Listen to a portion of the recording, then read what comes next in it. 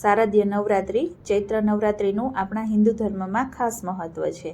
નવરાત્રિના તહેવારમાં આદિશક્તિ માતા દુર્ગાના અલગ અલગ સ્વરૂપોની પૂજા કરવામાં આવે છે. આજથી આ નવરાત્રિ શરૂઆત થઈ છે. પહેલા દિવસે માતા શૈલીપુત્રીના અવતારની પૂજા કરવામાં આવે છે. માતા શૈલીપુત્રીને સતી તરીકે પણ ઓળખાય છે. દંતકથા અનુસાર રાજા દક્ષે યજ્ઞ કરવાનું નક્કી કર્યું હતું.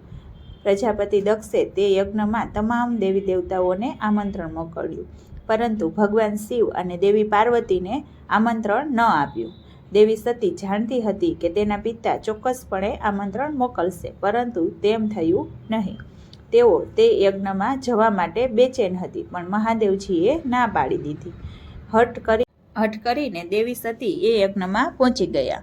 તેમણે જોયું કે કોઈ પણ તેમની સાથે આદર અને પ્રેમથી વાત નહોતી કરી રહ્યું. ત્યાં બધા લોકો દેવી સતીના પતિ એટલે કે મહાદેવને તુચ્છ અને અપમાનિત કરે છે. રાજા દક્ષએ પણ ભગવાન શિવનું ખૂબ અપમાન કર્યું. પોતાના પતિનું અપમાન સહન ન કરી શકવાના કારણે દેવી સતીએ યજ્ઞની અગ્નિમાં ખુદને સ્વાહા કરી પોતાના પ્રાણ ત્યજી દીધા. ભગવાન શિવે જેવું જ આ બધું જોયું તો તે અત્યંત દુઃખી થઈ ગયા. દુઃખ અને ક્રોધની જ્વાલામાં મહાદેવ તે યજ્ઞનો નાશ કર્યો.